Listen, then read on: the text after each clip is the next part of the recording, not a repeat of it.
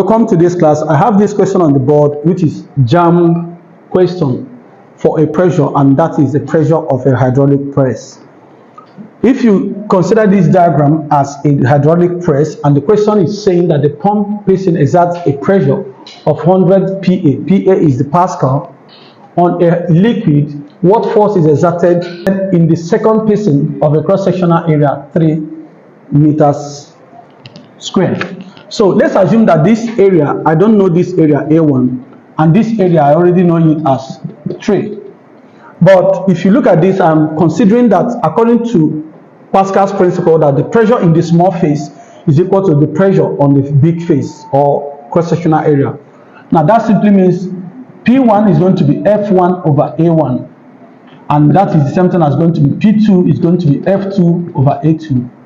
Now in this case, F1 over A1 is equal to F2 over A2. Now this is the pressure according to these circular faces. Now, but they have already given me the pressure, and that is going to be everything here. I'm going to call it 100, which is equal to, I am looking for the force exerted in the second piston, if this is the second piston. So the force there, I don't know, F2 all over. The area of this piston is 3. So F2 is going to be 3 times 100, and that is going to be 300 Newton.